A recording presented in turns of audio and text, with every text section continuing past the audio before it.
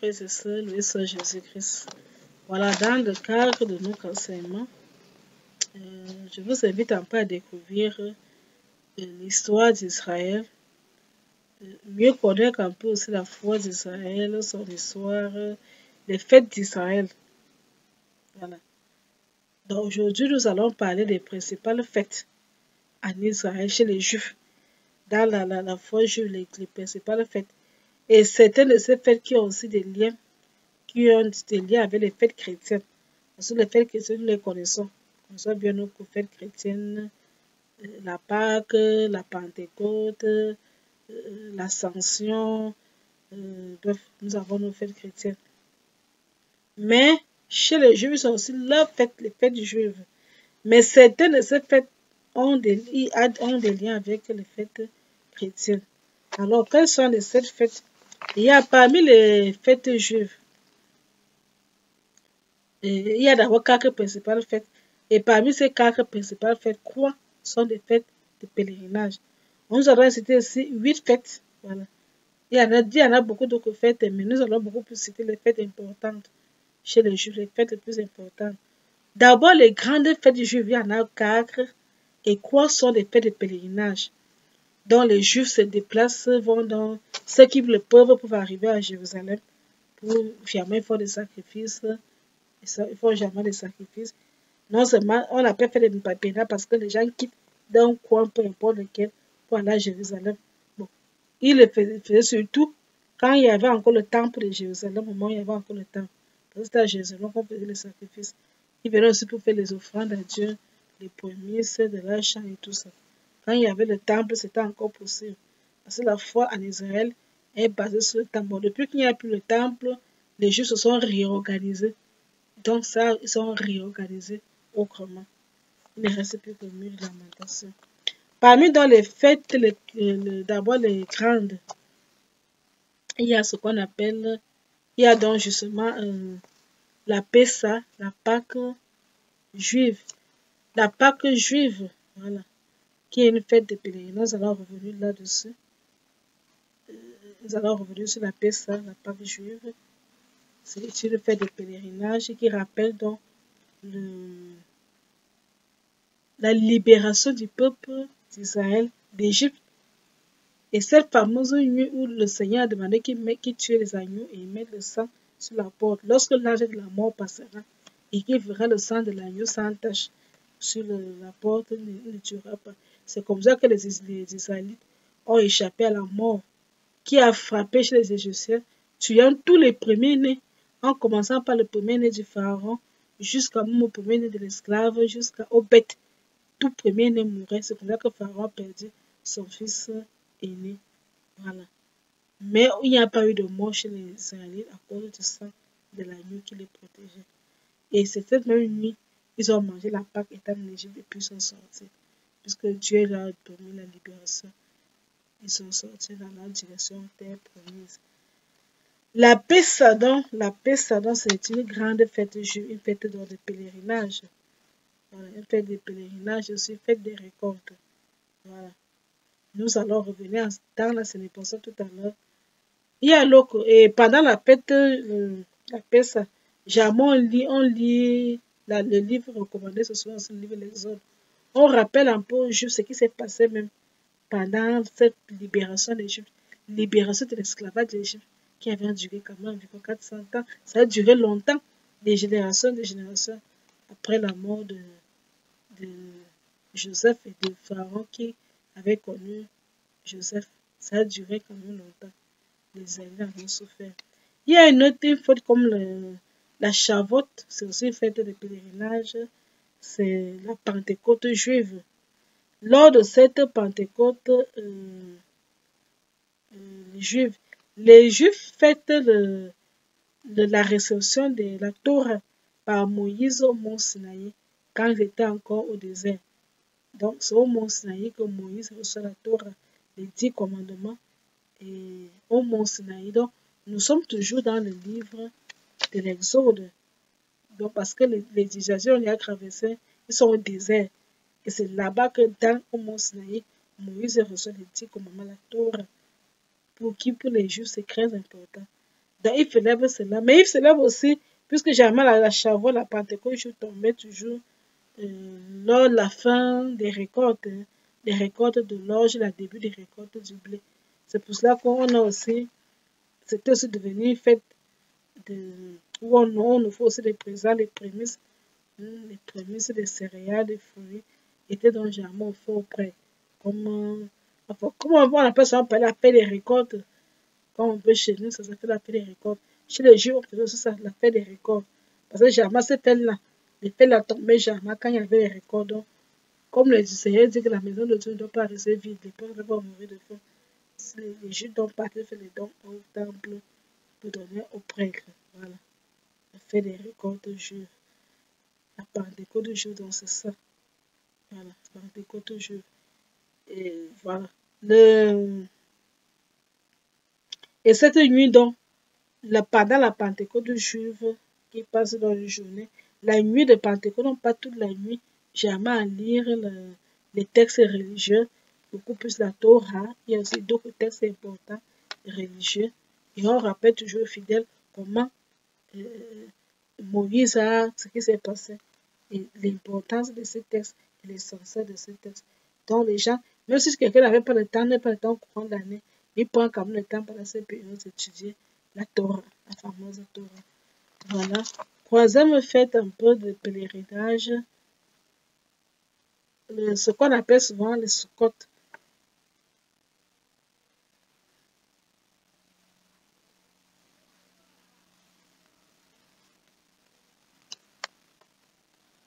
Voilà, il y a cinq fêtes de Sukkot, fête des cabanes. Voilà, les Juifs se mémorent le séjour au désert. Ils vivaient dans les tentes, dans les cabanes. On appelle ça la fête des tentes, la fête des cabanes, la fête des tabernacles. Ils vivaient dans les tentes. Même Dieu, la présence, la colonne de fumée, là, est restée dans une tente. C'est d'ailleurs David, le roi, qui sera le premier à réfléchir qu'il doit construire une case au Seigneur. David. Mais Dieu va refuser. Dieu va le bénir en lui disant que c'est dans sa lignée que viendra le Messie. Mais comme ses mains étaient souillées de sang, David était un guerrier, il a mené beaucoup de guerres. Et de Dieu, il a fait tuer le général Uri pour pouvoir épouser sa femme Bethsabée, qu'il avait mis enceinte. Donc Dieu, pour toutes ces raisons, a dit que non, ce n'est pas lui qui va lui construire la maison, c'est plutôt son fils. On parle donc du privilège de Salomon. Et la Sukkot, donc les Juifs se mémorent dans ce séjour au désert. Ils vivaient dans les tentes. Et justement, pendant la fête des tentes, ils construisent le long du chemin des tentes, des cabanes, même les entreprises le font. Hein. Pendant 5 jours avant la fête, on construit les tentes. Ils partent habiter dans les tentes là-bas pendant ce jour pour se remémorer ce jour. Quand nos ancêtres étaient au désert, c'est comme ça qu'on vivait dans les tentes. Quand la colonne de fumée s'arrête, on s'arrête. Dès que la colonne de feu reprend, allez, tout le monde en route, c'était comme ça. Et c'est ça qu'ils font. Ils se remémorent donc ce qui s'est passé. C'est aussi une fête des récoltes, hein, parce que la Sukkot tombe aussi pendant les récoltes, donc il y a toujours les offrandes et tout ça. Il y a toujours les offrandes. Hein. Il y a une autre fête, une grande fête, donc c'est les grandes fêtes des Juifs. Une autre fête des Juifs, le Yom, qui s'appelle le Yom Kippour. Voilà, c'est une grande solennité chez les Juifs, le Yom Kippour. Voilà. Voilà. Revenons un peu par ordre chronologique. La première fête commence par le Rosh Hashanah. Rosh Hashanah. On appelle ça encore le commencement de l'année juive. Commencement de l'année juive. Rosh Hashanah. Commencement de l'année juive. Cette fête est généralement célébrée au mois de septembre. Les dates peuvent varier parce que le calendrier juif n'est pas le calendrier grégorien que nous utilisons. Voilà. Ils ont un peu leur manière de faire cela. Dans le Rosh Hashanah, commencement de l'année, donc, c'est 2 jours de fête. 2 jours de fête. Le premier et le 2 Tishri dans le calendrier juif. On s'enlève pour ça le premier et le 2 Tishri. C'est un jour où les gens, on invite les fidèles juifs à se repentir et à se préparer au jour du jugement. On prie aussi pour que la nouvelle année qui commence, une année soit une année fructueuse. Une année fructueuse. Donc, c'est ça, après les Juifs beaucoup plus souvent sur ça. Voilà. Et généralement, donc, comment ils célèbrent la fête, c'est que il y a on sonne généralement ce qu'on appelle là-bas le chauffard au milieu de dans long office. Donc, il y a une grande, je ne sais pas comment on peut appeler ça, mais c'est un grand office. Et pendant cet office, on sonne le chauffard au milieu pendant cet office-là. Et puis, il y a un repas de fête qui est généralement mangé en famille, partagé en famille. Voilà. Donc, ce qui fait que c'est le bien septembre. La deuxième fête est la plus grande fête. Moi, on estime que c'est la plus grande fête des Juifs. Parce que normalement, en deuxième position vient la Pessa. Vient la Pessa. Mais le problème, c'est qu'on parle de la plus grande fête parce que c'est que même les Juifs non pratiquants, comme aussi les chrétiens non pratiquants, il y a aussi les Juifs non pratiquants. Même les Juifs non pratiquants respectent cette fête. Respectent cette fête-là. Ça, tellement, ça dit que quand vous avez un Israël qu'on a en train de célébrer le Yom Kippour, vous n'avez pas besoin qu'on vous demande parce que tout s'arrête. On n'a pas besoin de vous demander que non, c'est comment. Tout est arrêté. Vous allez seulement constater que tout, sa vie s'arrête, il n'y a plus rien. Vous constatez que vraiment c'est le Yom Kippour. C'est vraiment le Yom Kippour. Normalement, c'est la paix qui devait être la plus grande fête, mais ils mettent beaucoup plus d'accent quand ils célèbrent le Yom Kippour. Le Yom Kippour, c'est la grande sonorité, c'est le jour du grand pardon. Généralement, c'est toujours en septembre. Et il est célébré 8 jours après le Rosh Hashanah. 8 jours après le Rosh Hashanah, qui est toujours en septembre. Je prends par exemple, si le Rosh Hashanah est célébré, comme c'est célébré pendant 2 jours. Par exemple, comme en 2023, ils ont célébré ça le 17 et 18 septembre. Et puis, le Yom Kippour, c'est 8 jours après, donc c'était le 26 septembre.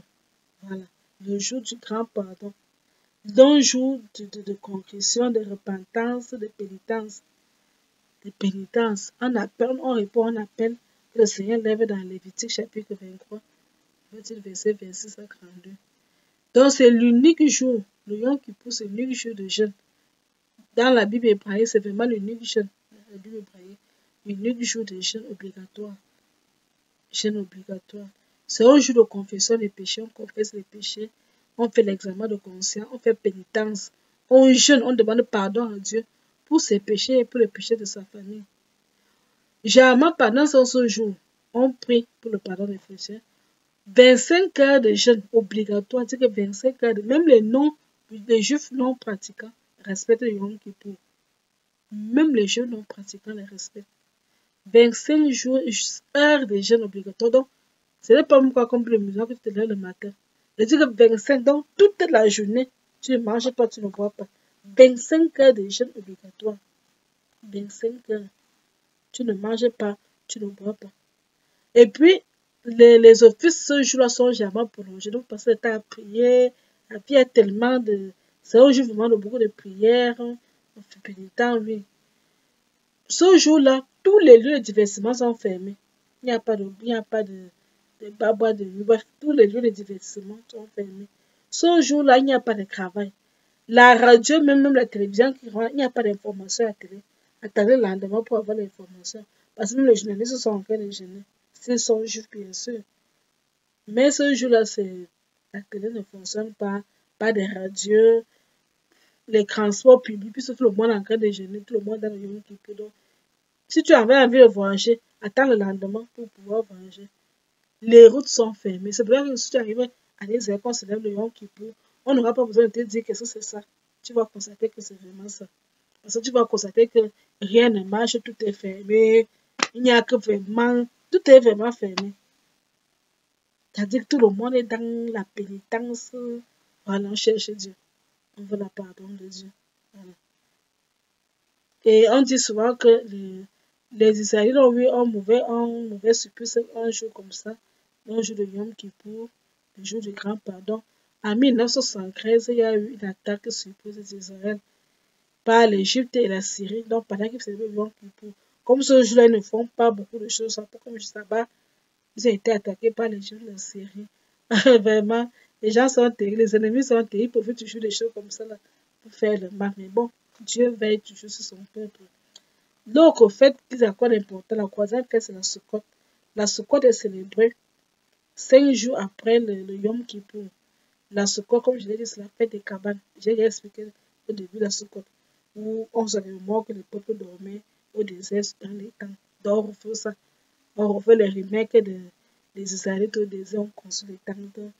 Voilà, on construit les tentes et ils passent la nuit dans les tentes. Voilà, dans les tentes. La fête des tentes, ça veut dire la fête des tentes, faire des cabanes. Voilà, faire des tentes, faire des cabanes. Donc, Exode, on est dans l'Exode.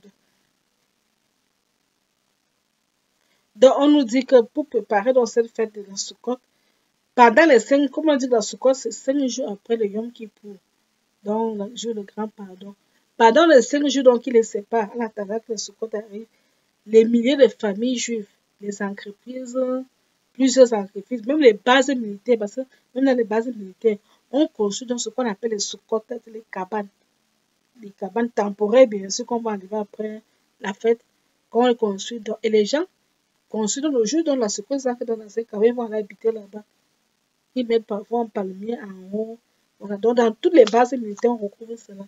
Les Juifs partent dormir un peu pour voir un peu comment nos ancêtres dormaient quand ils étaient au désert. Voilà. C'est ça la Sukkot, la fête des tentes, la fête des cabanes. Et elle est célébrée 5 jours après le Yom Kippour. Donc, nous sommes toujours en général pendant le mois de septembre ou alors début du mois d'octobre. Parce que l'année passée, comme je l'ai dit, le Rosh Hashanah, c'était le 17-18 septembre. Le Yom Kippour, 26 septembre. Donc, comme le Sukkot, c'est 5 jours après, ça a commencé, ça dure souvent longtemps, 7 jours, comme c'est le Sukkot là. Donc, ça a commencé du 1er au 7 octobre en 2023. 1er au 7 octobre 2023. Voilà. La quatrième fête juive, aussi grande fête juive, on appelle ce qu'on appelle souvent Hanouka. Hanouka, voilà. Hanouka, c'est une fête qui est jamais célébrée soit en décembre ou en janvier selon les périodes, hein, en décembre ou en janvier. Voilà. Par exemple, en 2023, on a célébré ça du 9 au 16 décembre. Voilà. Du 9 au 16 décembre. Qu'est-ce qu'on célèbre en nous quand on commémore le triomphe des Juifs sous la direction des Maccabées? Le triomphe des Juifs sous la direction des Maccabées sur les Grecs. Nous sommes en l'an 64 avant Jésus-Christ. On se rappelle que les Grecs avaient vraiment beaucoup dérangé les Juifs. Surtout que depuis l'histoire d'Alexandre le Grand, qui va aller mener les conquêtes et qui va conquérir beaucoup de royaumes. Après Alexandre le Grand conquis, bon, lui-même il est mort. Le royaume a été divisé en 4. Donc, mais le problème c'est qu'après ça, pendant la période grecque, la période helléniste, les Juifs ont été trop persécutés. On parle souvent dans les livres des Maccabées, des martyrs d'Israël. Beaucoup de personnes sont mortes martyrs parce qu'ils refusaient d'obéir à ce que le chef leur demandait, le roi leur demandait, de manger des viandes interdites, de faire des œuvres. Voilà, il y a beaucoup qui sont morts.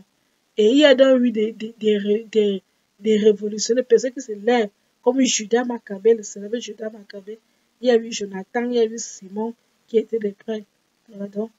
Et sous donc la famille de Maccabée, il y a eu leur père, puis Judas, Simon, Jonathan, Simon et tout ça.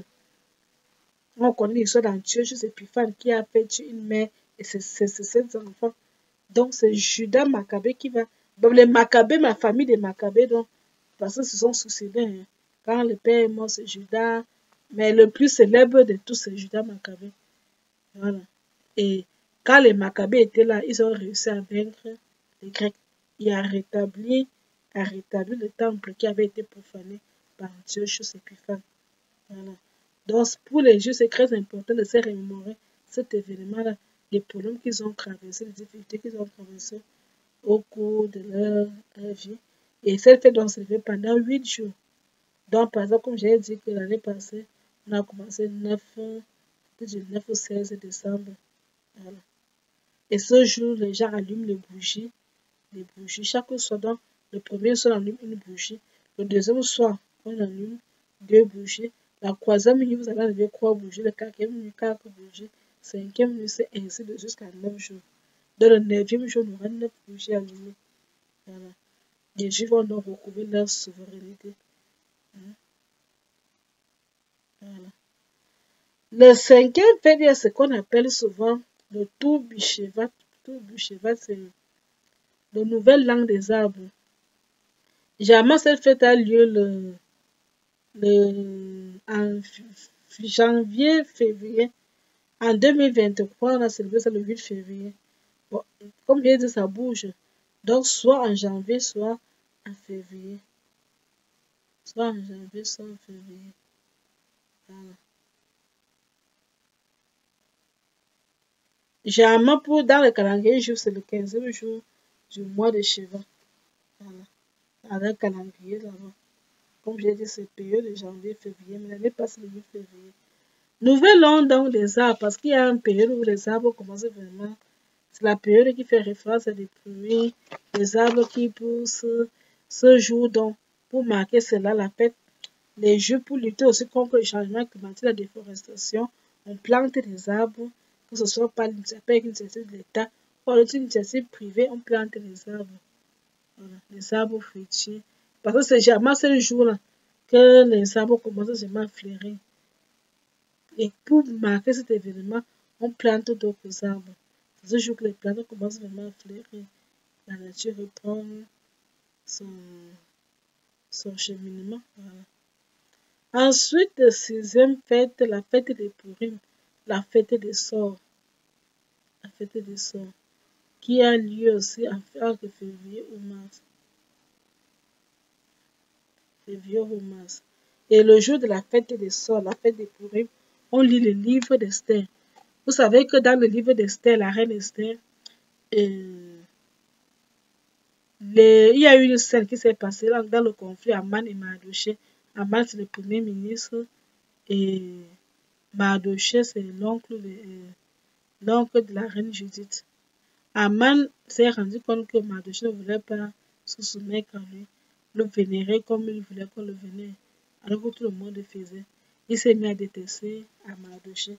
Comme il n'a pas pu tuer, il a commencé à planifier. Il a fait donc qui va tuer Mardoché. Il a même fait en sorte que le roi signe un décret qui disait qu'on puisse éliminer, exterminer les Juifs.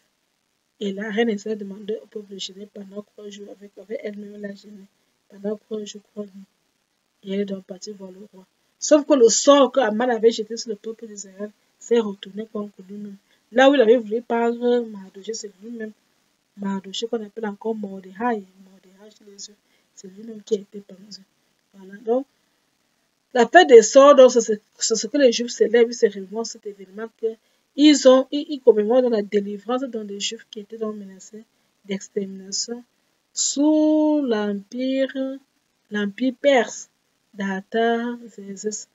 Donc, ils sont sous la domination perse, l'empire perse d'Artaxerxès. Voilà. Donc, c'est un peu ça. Donc, c'est un jour de joie chez les Juifs, généralement. C'est un jour festif, hein, c'est une joie. Les élèves sont généralement d'abord en congé, tout le monde est content. Il y a beaucoup de festivités qu'on organise publiques, des festivités un peu publiques.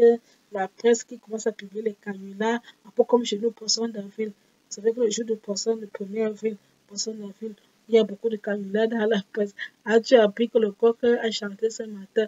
Poisson d'avril. Donc, il y a beaucoup de choses comme ça. Et puis, il y a des gens qui se déguisent, les jeunes, les adultes parfois se déguisent, je ne sais pas en quoi. Bref, il y a tout ça. Il y a tout cela. Donc, c'est ça aussi la fête des Purim. J'ai déjà parlé. Bon, le jour là aussi, la fête des Purim, on échange les cadeaux. On fait des mets. On mange, il y a toujours les repas familiales, toujours. Il y a les repas de fête. On échange les mets. Ils font beaucoup de charité envers les pauvres ce jour-là. Ils font beaucoup de charité envers les pauvres. Voilà, et on lit le livre d'Esther. Justement, donc, le livre d'Esther qui parle de cet événement. L'autre, c'est une fête, l'avant-dernière, c'est la plus grande, l'autre plus grande fête chrétienne. Jamais après l'homme cucou, c'est la Pessa. C'est la Pâque juive a une grande importance. Les Juifs ne blaguent pas avec la Pâque, la Pessa, la Pâque juive. La Pessa qui a jamais lieu entre mars et avril. Avivance, la Pessa, la Pâque juive. Les jours commémorent donc, comme je l'ai dit, la libération d'Égypte. Et il est célébré généralement. Dans le calendrier juif, c'est le 15 Nisan. Quand on revient un peu chez nous, en 2024, ils ont célébré ça du 7 au 13 avril. Voilà, 7 au 13 avril. Généralement, ça passe généralement au mois d'avril. En général, c'est souvent au mois d'avril. Justement, la Pâque juive a donc correspondu avec la Pâque chrétienne. Quand Jésus, on a fait descendre Jésus de la croix avec les autres, qu'on a brisé les pieds parce que la Pâque juive avait commencé le même vendredi soir 18h pour s'achever samedi à 17h59. Or, Jésus est ressuscité très tôt dimanche matin. Ce qui fait que vraiment, c'est la Pâque chrétienne a coïncidé avec la Pâque juive. Voilà, c'est l'une des premières fêtes. La deuxième fête qui va coïncider avec la Pâque, avec une fête juive, c'est la Pentecôte. La Pentecôte chrétienne, dont le jour que l'Esprit Saint est descendu sur les apôtres et sur la Vierge Marie, c'était le même jour de la Pentecôte juive. Les Juifs, eux, ils célébraient la réception de la Torah par Moïse au désert au Mont Sinaï.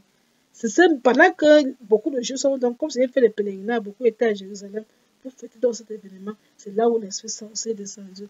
Donc, il y a eu deux fêtes en une, la Pentecôte juive et la Pentecôte chrétienne. Et chez les Juifs, la Pentecôte juive est jamais fêtée 50 jours après la Pâque, c'est-à-dire 7 semaines. 7 semaines. C'est pour là que vous allez remarquer que si vous comptez très bien la Pâque, la Pentecôte, notre Pentecôte est célébrée 50 jours après Pâque. L'Ascension, c'est 40 jours après Pâques. La Pentecôte, c'est 50, c'est-à-dire 10 jours après l'Ascension, 50 jours.